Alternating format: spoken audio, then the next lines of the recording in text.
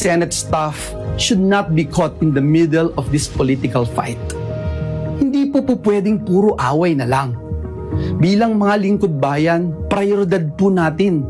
Dapat ang siguruhin na patuloy na nagtatrabaho ang bawat isa sa atin, lalo na ang Senado, para po sa ating mga kababayan. Sa pagkakataon po na magkaroon ng special session, tutuparin po natin ang ating sagradong tungkulin sa ilalim ng ating saligang batas. We will be there. Una po, maghahain tayo ng resolusyon para matiyak na may sapat na pondo para sa relief, rehabilitation at muling pagbangon ng mga lugar na tinamaan ng lindol sa parte ng Mindanao. Kailangan pong malaman agad ng mga ahensya kung ano nga po ba at gaano kalaking tulong ang kailangan ng bawat komunidad at pamilyang Pilipino. Pangalawa, isusulong po natin ang mga pinakakailangang mga panukalang batas, lalo na po yung mga panukalang nasa huli na at ikatlong pagbasa.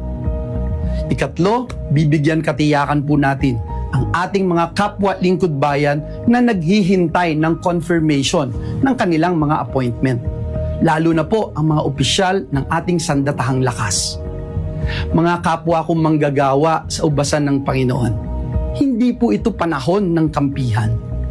Kapag may kababayan po tayong nangangailangan, tungkulin po nating tumugon at maglingkod. Noon hanggang ngayon, klaro po sa atin, klarong-klaro po sa atin ang dahilan kung bakit tayo narito bilang lingkod bayan. Klaro po sa atin kung bakit tayo ay dinala ng Diyos sa posisyon na ito.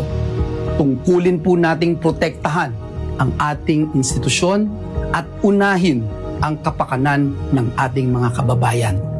Higit po sa lahat, patuloy po tayong maninindigan para sa Diyos at para sa bayan.